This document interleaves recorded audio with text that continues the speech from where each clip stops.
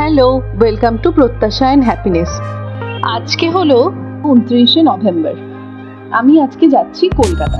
সকাল সকাল শতাব্দী এক্সপ্রেসে উঠে গেলাম। অন্যান্য সময় খাবার নিই না, তবে এবার নিয়ে নিয়েছি, কারণ না হলে বাড়িতে গিয়ে আবার আমাকে করতে হবে।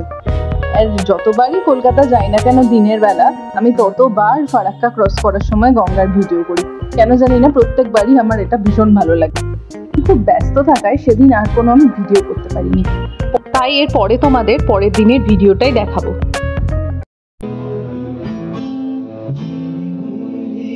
এটা পরের দিন, প্রায় 8:15 বেজে গিয়েছিল আমার গড়িয়াহাট যেতে, কারণ আমি সেই দিনও খুব ব্যস্ত ছিলাম। সুমন্তিকার সঙ্গে সেখানে দেখা করলাম।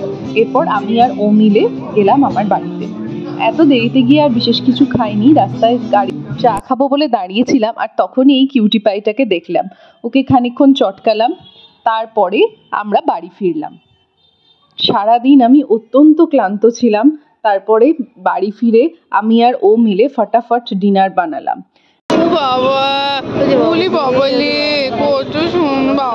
সবাই মিলে কত জ্বালাচ্ছে ওকে।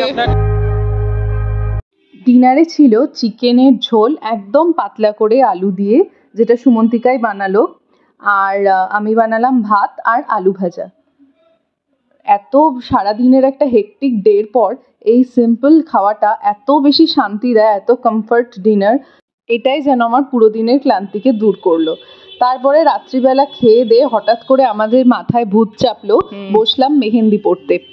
আমি আঁকতে টাকতে একদমই বিশেষ পারি না, তাও হয়তো গুগল দেখে করলে একটু ভালো কিছু করতে পারতাম, কিন্তু মাথার মধ্যে ভূত চাপলো না, যা পারি তাই করব।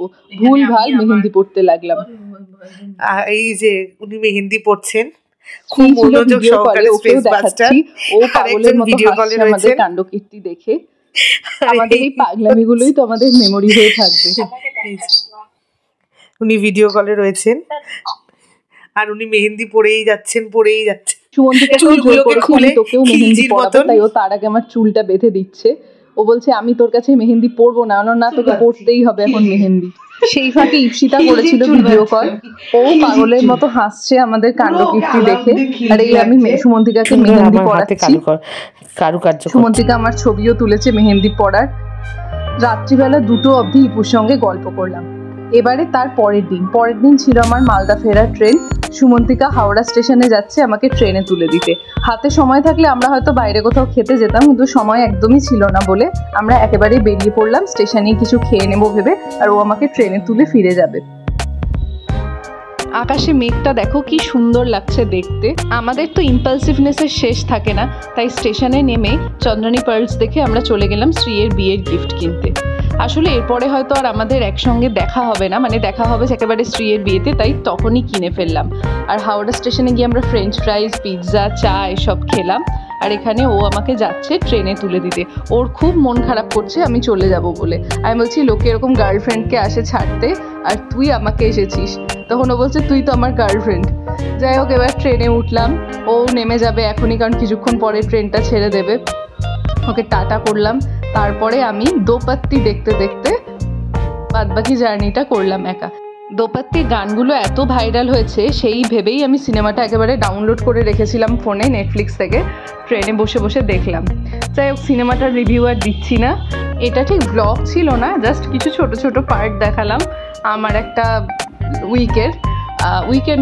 উইকেন্ডের বলতে গেলে, কারণ এদিন রবিবার ছিল যেদিন আমি মালদা ফিরছিলাম।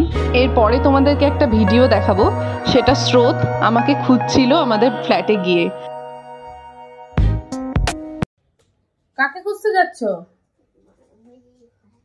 হ্যাঁ, কে আছে এখানে? পিউমিমি কোথায়? ভয় দেখাতে গেল। আর মাম দাদু?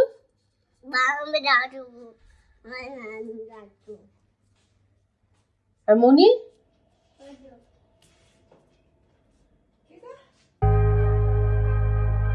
আচ্ছা, আমার হাতের এই অসাধারণ মেহেন্দিটা কিন্তু আমাকে সুমো পড়িয়েছে, তাই আর্ট আর আর্টিস্টের ছবি শেষে কিছু ছবি জুড়ে দিলাম। এইটা তো কোনো ভ্লগ নয়, একটা ছোট ভিডিওটা ভালো লেগে থাকলে আমার চ্যানেলটা সাবস্ক্রাইব করে দিও, আমার পাশে থেকো, সবাই ভালো থেকো, টাটা।